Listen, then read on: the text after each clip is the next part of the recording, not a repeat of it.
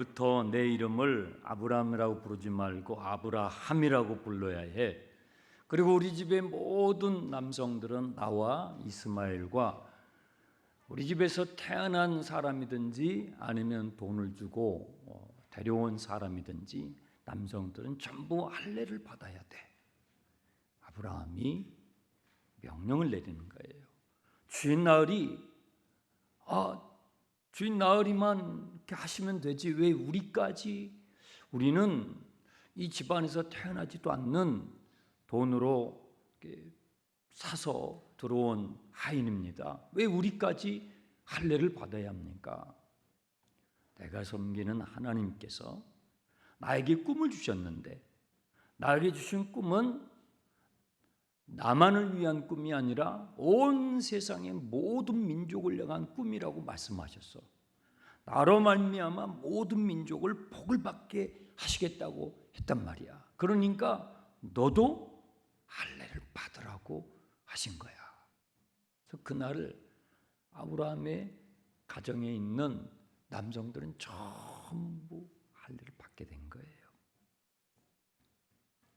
18장부터는요, 할례 받은 이후에 이삭이 출생하기 전까지 약 1년이죠. 1년간 조금 더 달라진 아브라함의 모습을 우리가 보게 됩니다. 1절, 2절입니다. 여호와께서 만물의 상수리 나무들이 있는 곳에서 아브라함에게 나타나시니라. 날이 뜨거울 때에, 날이 몹시 더운 것 같아요. 그래서 장막 입구에서 더위를 식히고 있을 때에 하나님께서 두 천사를 대동하시고 아브라함에게 나타나셨어요. 그 장면을 아브라함이 보자마자 자리를 박차고 일어나 뛰어가서 하나님을 붙잡고 내 주여, 가능하시거든 저희 집에 잠깐만 머물러 주시고 쉬었다 가십시오. 그러면 제가 물을 떠와서 주님의 발을 씻겨드리고 이곳에서 잠깐만 쉬어 계시면 제가 식사를 대접하고 싶습니다. 아브라함의 반응이 좀 달라졌어요. 그래서 막 집에 뛰어 들어가가지고 여보 떡을 빨리 해야 돼. 떡을 빨리 준비해야 돼. 그리고 가축을 돌보는 하인들에게 가가지고 우리 집에 제일 토실토실하고 제일 좋은 먹기 좋은 소 한 마리 잡아라. 그러면 세 분을 대접하는데 소 한 마리를 잡는 거예요. 근데 이 아브라함의 태도를 보게 되면 6절 7절에 부사가 두 번 나오는데요. 급히 지체하지 않고 굼뜨지 않고 소를 한 마리 잡습니다. 여러분, 소 한 마리 잡는 게 이게 쉬운 게 아니잖아요. 17장에서 아브라함이 뭐라고 했죠? 이스마엘이나 잘 되게 해주십시오. 아주 냉소적으로 반응을 했던 거 기억하시죠? 그런데 그런 모습이 28장에서 할례를 받은 이후에 아브라함에게 보이질 않는 거예요. 지체하지 않고 민첩하게 신이 났어요. 떡을 만들고 막 소를 잡아서 요리를 하고 막 지지고 볶고 막 온 집안에 막 튀김 냄새, 막 그냥 스테이크 굽는 냄새가 막 진동하게 된 거예요. 근데 그 모습이 막 너무 기분이 좋고 흥분이 돼 있단 말이에요. 저는 여러분들이 봉사할 때 찬양되든지 예배하든지 전도팀이든지, 오늘 또 전도하셨죠. 전도하시든지 안내를 보시든지 뭐 교사를 하시든지 간에 여러분들이 봉사하실 때 신이 나길 바랍니다. 신바람이 나는 게 지금 아브라함이 하나님의 약속을 받고 13년 만에 하나님이 나타나셔가지고 이름을 바꿔주시고 할례를 한 다음에 자기 마음의 굳은 마음을 제거하고 하나님께 반응을 한 이 아브라함의 태도가 막 신이 났단 말이에요. 자기 소를 잡잖아요. 하나님이 준 게 아니라 자기 소를 잡아가지고 대접하는데도 저는 여러분이 여러분의 시간을 하나님 앞에 드리고 목소리를 드리고 땀을 들이고 물질을 들이고 하나님 앞에 예배하고 섬길 때 이런 신바람이 나게 되길 축복합니다. 하나님이 역사하는 곳에는요 이래요. 신바람이 나요. 내 시간을 들이고 내 물질을 들이고 내 땀을 들여서 막 하나님을 섬기는데도 그걸 아쉬워하지 않아요. 아까워하지 않아요. 그렇잖아요. 아브라함의 모습이 얼마나 신이 나는지 몰라요. 그래서 한 상 가득 차려가지고 이렇게 가져오는 거예요. 하나님 앞에 드리는 것입니다. 8절 아브라함이 엉긴 젖과 우유와 하인이 요리한 송아지를 가져다가 그들 앞에 차려놓고 나무 아래에 모셔 섬에 그들이 먹으니라. 하나님이 천사들하고 막 드시는 거예요. 상당히 낯설죠. 하나님이 어떻게 스테이크를 드셔? 지금 그런 모습이에요. 그것도요, 뭐 소 한 마리를 잡은 거예요. 하나님 식욕이 이렇게 왕성하셔? 여러분 예수님이 얼마나 식욕이 왕성하신지 아세요? 예수님의 행동은 상당히 의도적이에요. 나를 본 자는 누구를? 아버지를 보았다 그랬잖아요. 예수님은 하나님이 어떤 분인지를 보여주러 오셨어요. 그 하나님이 어떤 분이신가? 예수님 같은 분이에요. 하나님은 어떤 분이에요? 예수님 같은 분이에요. 그런데 예수님이 얼마나 먹는 걸 가리지 않고 드셔요. 사람들이 예수님의 조롱을 할 때에 저 사람은 나사렛 예수는 먹기를 탐하는 인간이라고 그랬어요. 그러니까 반찬 투정을 안 해요. 반찬 투정하면 회개할지어다. 반찬 투정이 없어요. 그냥 주면 주는 대로, 가난한 집에 가면 주 나오는 대로, 그냥 부잣집에 가면 부자 있는 대로 예수님은 그냥 어울려서 다 드시는 거예요. 하나님 아버지의 모습을 보여주는 거예요. 여러분 천국은 우리가 천국을 가보게 될 텐데 천국이 얼마나 신나는 곳이냐면 예수님이 천국을 설명하실 때 이 지상의 언어로 가장 적합한 어휘를 찾아가지고 주님이 천국을 설명하시는데 천국은 잔치집 같대요. 그래서 주님이 처음으로 기사와 표적을 행하셨던 것이 가나의 혼인 잔치집. 그리고 요한계시록 마지막 장에 하나님 나라 천국을 보여주는데 혼인 잔치집. 여러분 잔치집에 빠지면 안 되는 게 뭐예요? 음식이에요. 음식. 잔치집에 음식이 빠지면 잔치집이 아니죠. 천국은요 기가 막히게 음식을 먹는 것이에요. 주님은 음식을 드시는 걸 좋아하셨어요. 제자들과 다니시면서 복음만 증거하신 게 아니라 예수님이 자주 드셨어요. 예수님이 식사하시는 모습을 복음서에 자주 보여주셔요. 그것은 주님이 시장하셨기 때문에 드신 것도 있지만 천국의 모습을 보여주시기 위함이에요. 우리가 하늘나라에 가면 하나님 나라 가게 되면 오늘도 장례식을 치렀지만 그분은 아마 하늘나라 잔치상에 지금 참여하셨을 거예요. 하나님 나라는요 천국은 잔치집과 같아요. 그래서요 천국에 가면 막 천사들이 서빙을 해요.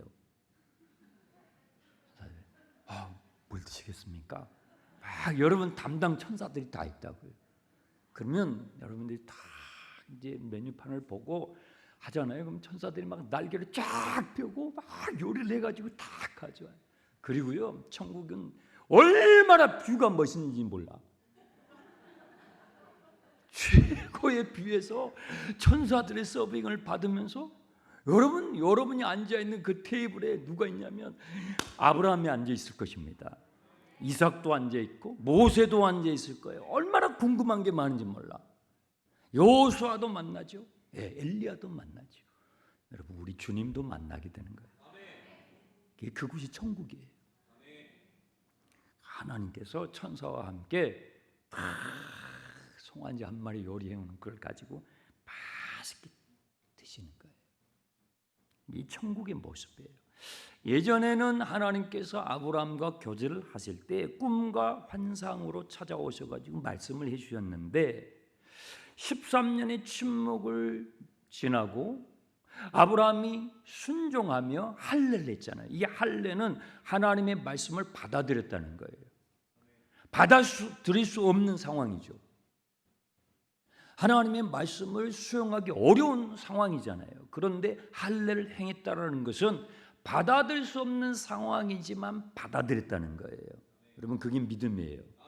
믿음은 내가 지금 받아들일 수 있는 상황인데 아멘 하는 게 믿음이 아니고, 그건 믿음이 필요치 않아요. 그냥 받아들이면 돼요. 믿음은 뭐냐면 받아들일 수 없는 조건이에요. 받아들일 수 없는 상황이라고요. 그런데 하나님의 말씀이니까 아멘하고 받아들이고 할례를 했어요. 그때부터 하나님께서 이 아브라함에게 다가오시는 방식의 변화가 와요. 뭐예요? 하나님께서 성육신 하셔서 아브라함을 찾아오셔서 뭐예요? 식탁을 같이 나누세요.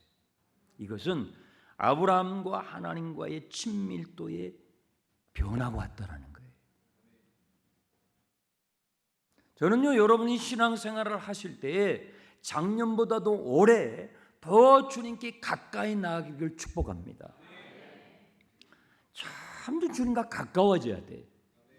지금 아브라함이 하나님과 점점 가까워지잖아요.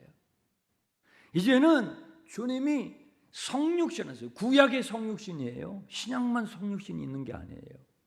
구약의 성육신의 모습으로 오셔가지고 직접 아브라함과 식탁을 나누시는 거예요.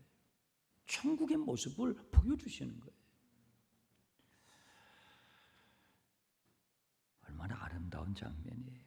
그리고 식사를 다 드신 다음에 사라의 안부를 물으세요.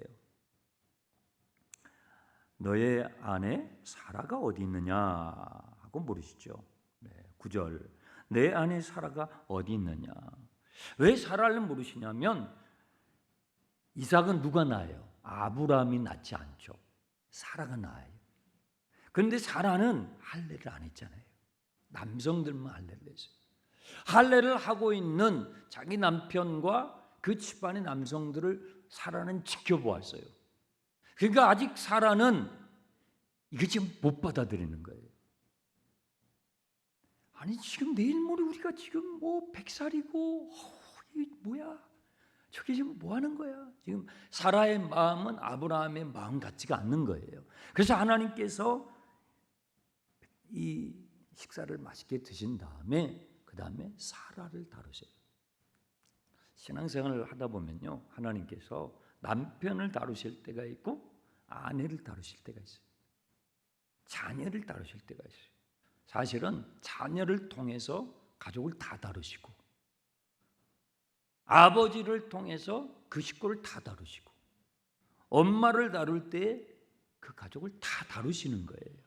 사라를 지금 다루시려고 사라의 안부를 물으시는 것이죠.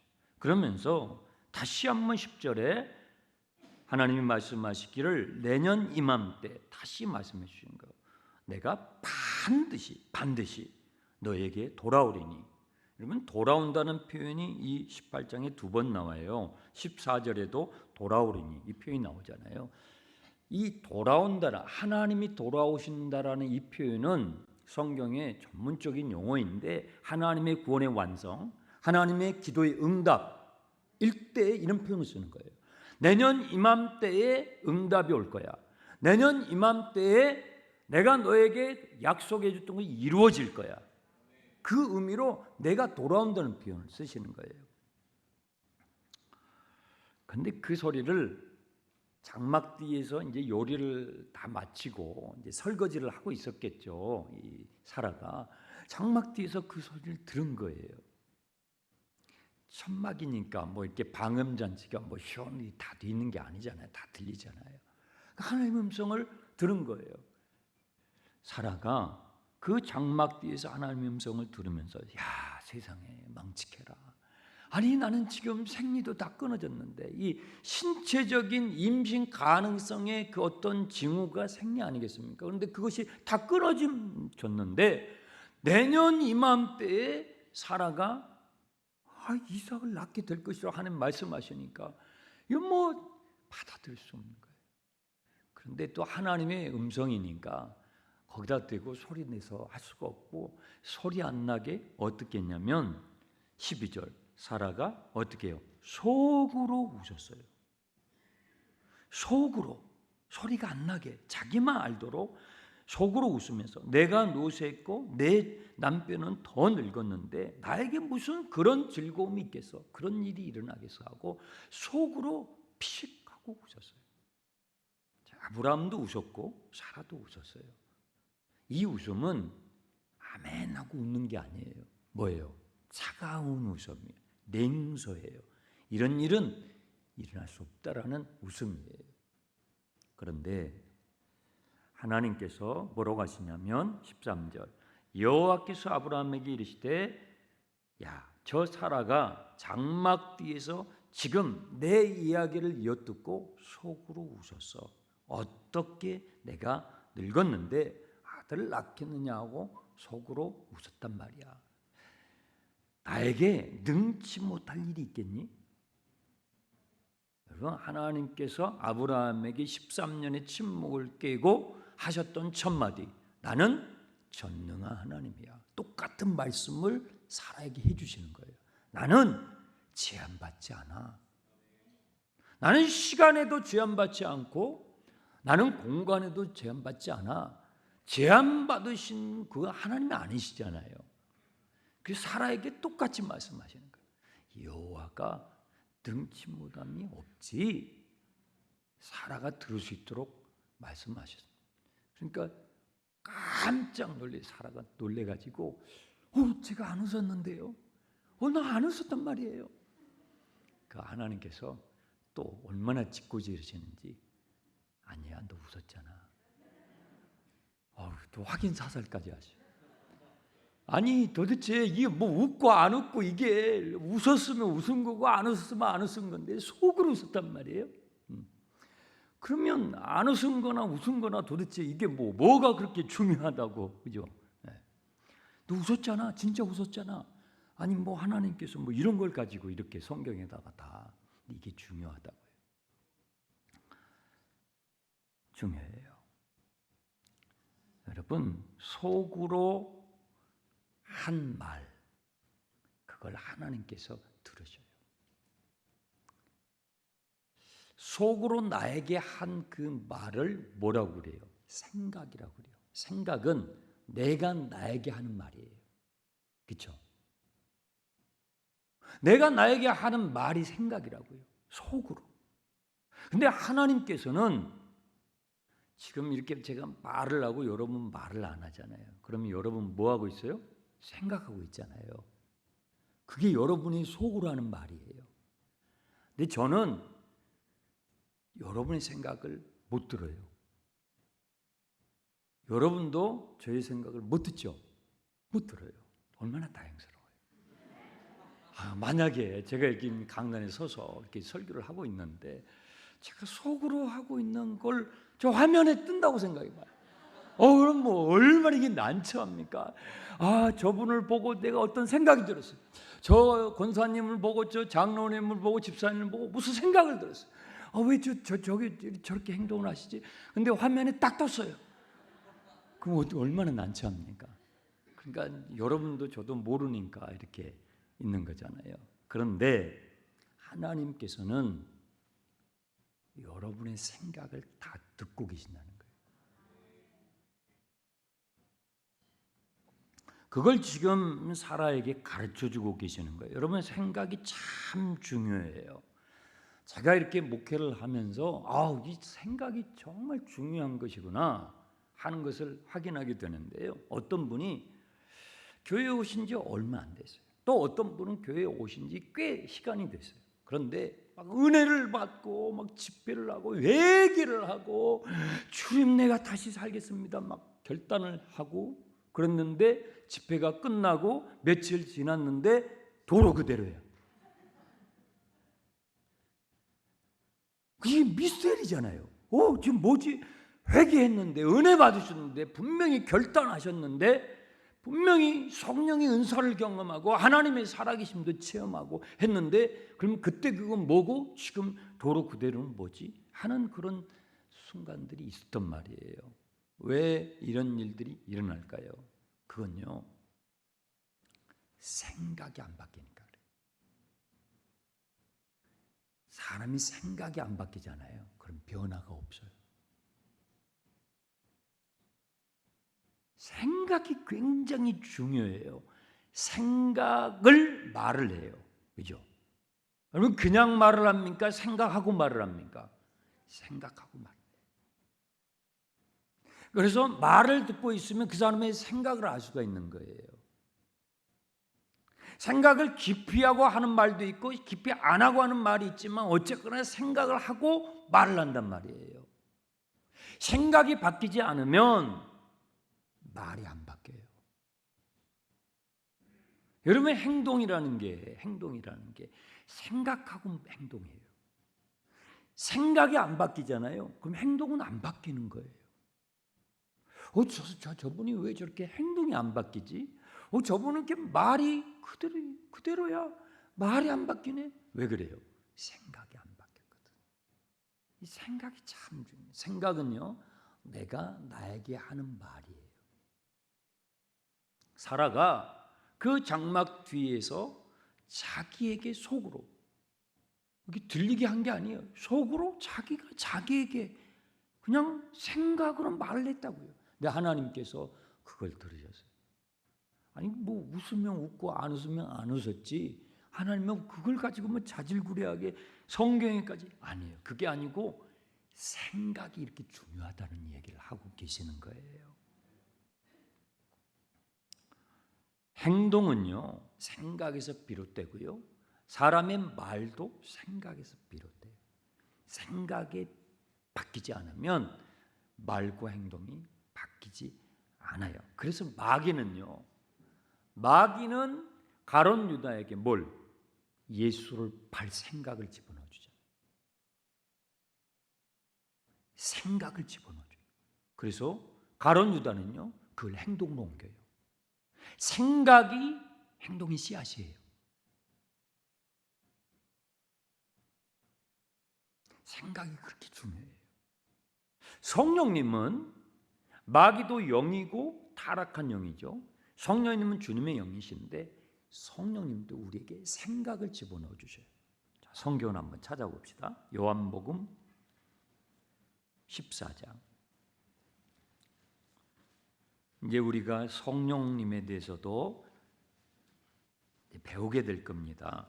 요한복음 14장을 보시면 예수님께서 성령님에 대해서 쭉 설명을 해주셔요. 25절을 볼까요? 내 안에 들어와 계시는 성령님께서 하시는 일. 25절에 보혜사 이게 있죠. 보혜사라는 명칭은 성령님을 주로 설명하실 때 주님이 쓰시는 표현이잖아요. 헬퍼, 카운슬러라는 뜻인데요. 성령님에 대한 설명입니다. 25절, 26절을 읽어보겠습니다. 내가 아직 너희와 함께 있어서 이 말을 너희에게 하였거니와 보이사 곧 아버지께서 내 이름으로 보내실 성령 그가 너희에게 모든 것을 가르치시고 내가 너희에게 말한 모든 것을 뭐예요? 생각나게 하시리라. 성령님은 우리에게 생각을 불어넣으셔요. 주님께서 우리에게 말씀하신 주님께서 우리에게 가르쳐 주신 것을 생각나게 그때그때 그 상황에 적합하게 카운슬러 가장 좋은 카운슬러는 그 상황에 그 사안에 있어서 적합한 말을 해주는 상담가잖아요. 성령님이 그런 분이에요. 주님께서 우리에게 말씀해 주신 것을 그때 그 적시에 적합하게 생각나게 해주신 분, 우리 생각을 넣어주시는 분이 성령님이세요. 그래서 성령의 감동을 받는다. 성령님의 음성을 듣는다. 내가 기도할 때에 여러분이 기도하실 때에 성령의 감동을 받는다 하는 것은 뭐냐면 생각이 들어온다고요. 생각. 마귀도 우리에게 생각으로 역사해요. 성령님도 우리 안에 계신 성령님도 생각으로 역사하셔요. 그래서 주님이 지금 이 사라에게 웃고 안 웃고 그게 뭐 별게 아니죠. 그런데 그걸 그렇게 집요하게 주님께서 가르치신 게 뭐냐면 야, 생각이 엄청 중요하다는 거예요. 이삭이라고 하는 이 하나님의 약속, 이 하나님의 기적이 잉태되려면 지금 1년 남았잖아요. 여러분 성경을 보실 때 하나님께서 기적을 행하신 그 장면보다도 하나님께서 기적을 행하시기 직전의 상황에 더 주목하세요. 왜 그래요? 저와 여러분에게는 기적이 필요하잖아요. 하나님께서 기적을 행하십니다. 아멘. 하나님이 기적을 행하신 홍해를 가르시고 여리고성을 무너뜨리시고 하는 많은 기적의 사건들이 있잖아요. 치유의 사건들이 있잖아요. 그런데 그 기적이 일어났을 때의 상황도 우리가 보긴 하지만 정말 여러분들이 주목하면서 보셔야 될 게 뭐냐면 그 기적이 일어나기 바로 직전, 그때 믿음의 사람들이 어떻게 반응을 하느냐, 그때 하나님께서 뭘 가르치시냐 이 말이에요. 지금 이삭이 태어나기 1년 남았단 말이에요. 그러면 이 1년간에 일어난 사건이 무려 이 18장에서 21장까지 상당히 디테일하게 기록이 되어 있어요. 왜요? 이 시기가 중요하다는 거예요. 근데 여기서 지금 사라에게 하나님께서 생각의 중요성, 내가 나에게 하는 말이 생각이에요. 그 생각의 중요성을 가르쳐 주시는 거예요. 사라는 어떤 생각이 사로잡혀 있습니까? 나는 이삭을 낳을 수 없어라는 생각이 잡혀 있어요. 그렇죠? 나는 이삭을 낳을 수 없어. 야, 내 지금 이 신체의 이 나이에 지금 나는 이런 조건 가운데서 나는 결코 이삭을 낳을 수 없어. 하나님의 말씀은 뭐예요? 반드시 내년 이맘때 이삭을 낳게 될 것이다. 그런데 지금 사라는 자기 자신에게 뭐라고 말을 하냐면 나는 할 수 없어. 나는 이러이러한 이유 때문에 나는 할 수 없어. 그 생각에 딱 잡혀 있다고요. 마귀는요, 육신의 생각을 불어넣어서 우리를 묶어요. 영적인 싸움의 핵심은요, 생각이에요. 마귀는 눈에 보이지 않아요. 성령님도 눈에 보이지 않죠. 근데 영적인 전쟁이 치열합니다. 영적인 전쟁의 어떤 눈에 보이는 가시적인 우리의 삶을 보면 우리의 삶도요, 이 생각을 잡으려고 얼마나 치열한 싸움이 있는지 몰라요. 생각을 조작하려고 하는 시도들, 국민의 생각을 조작하려고 하는 시도들, 국가의 생각을 조작하려고 하는 시도들, 한 집단의 생각을 조작하려고 하는 시도들, 그것은 강대국들만의 일이 아니죠. 모든 나라가 겪고 있는 것이죠. 모든 나라 안에서 살아가고 있는 요즘처럼 미디어에 노출되어 있는, 여러분 미디어가 알고리즘이잖아요. 알고리즘이 뭐예요? 생각을 조작하는 시도예요. 생각을 장악하는 거예요.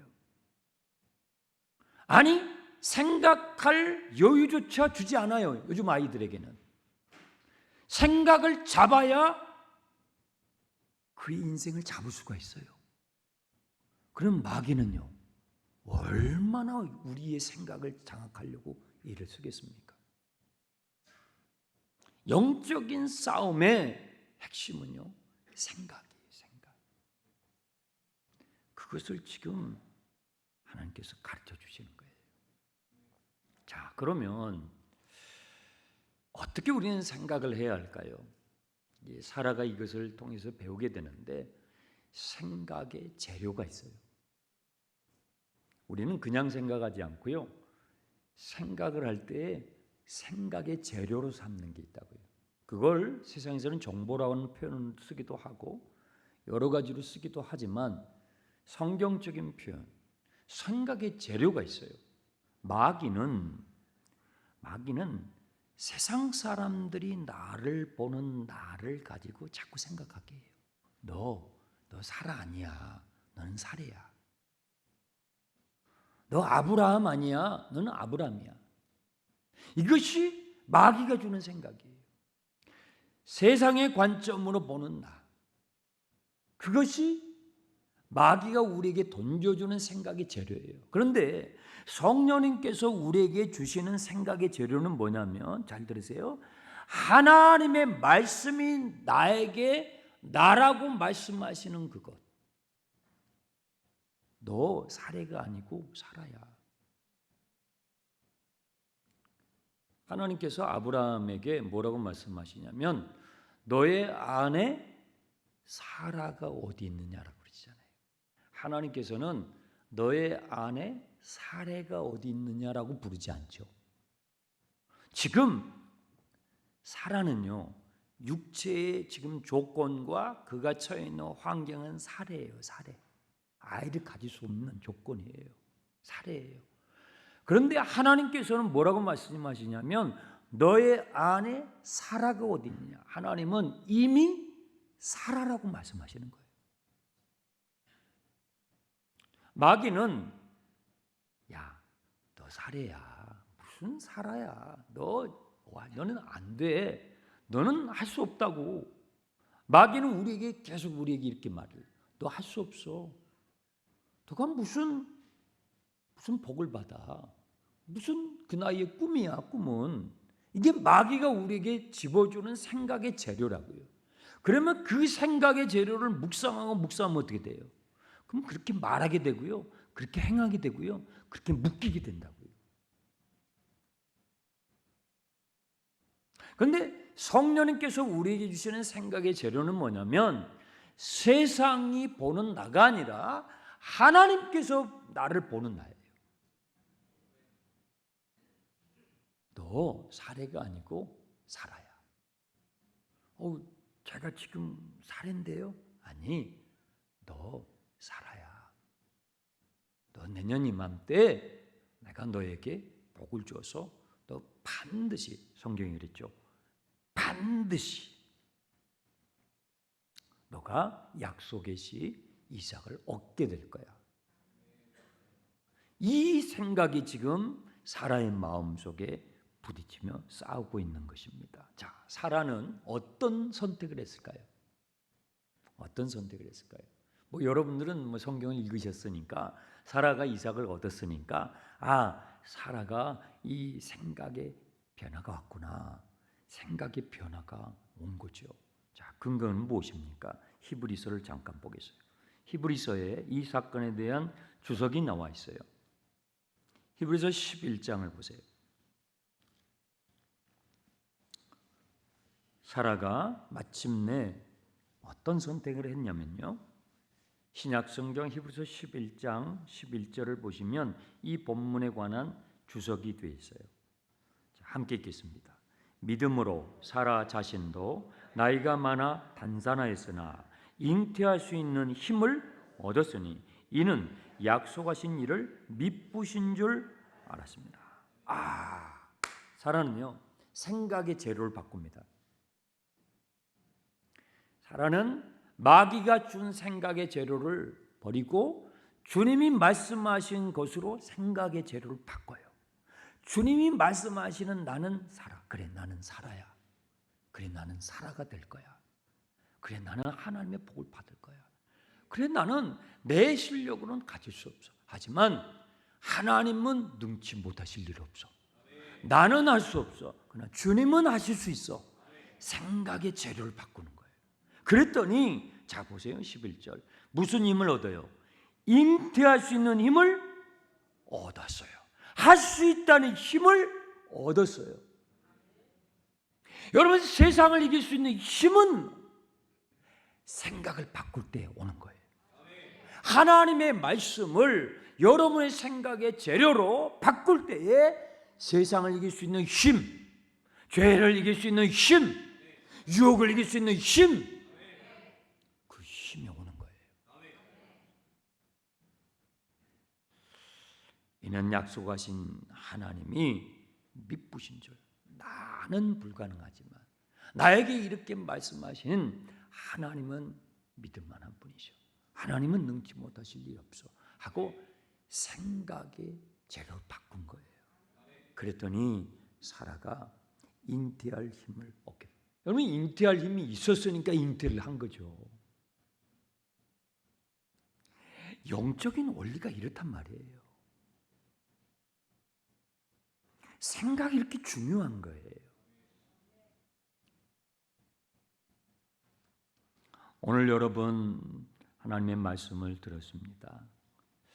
여러분 안에 용서할 수 있는 힘, 생각이 바뀌어야 그게 와요. 감사할 수 있는 힘, 생각이 바뀌어야 그게 와요. 찬양할 수 있는 힘, 기도할 수 있는 힘, 생각의 재료가 바뀔 때 그게 와요. 마귀가 주는 생각을 자꾸 갖게 되면 기도 안 나와요. 찬양 안 나와요. 감사 안 나와요. 성령님이 주시는 생각으로 내 재료를, 생각의 재료를 바꾸게 되면 그때부터 그래, 나는 할 수 없지만 주님은 가능하지. 그 힘이 와요. 인티할 수 있는 힘, 감사할 수 있는 힘, 기도할 수 있는 힘, 찬양할 수 있는 힘을 살아가 얻게 된 것입니다. 오늘 여러분에게도 그 힘이 부어지길 축복합니다. 우리 찬양팀 앞으로 나오세요. 이 찬양은 여러분이 불러보셨을까요? 여러 찬양의 이 멜로디가 있잖아요. 이 찬양 반드시 내가 너를 축복하리라. 주님이 반드시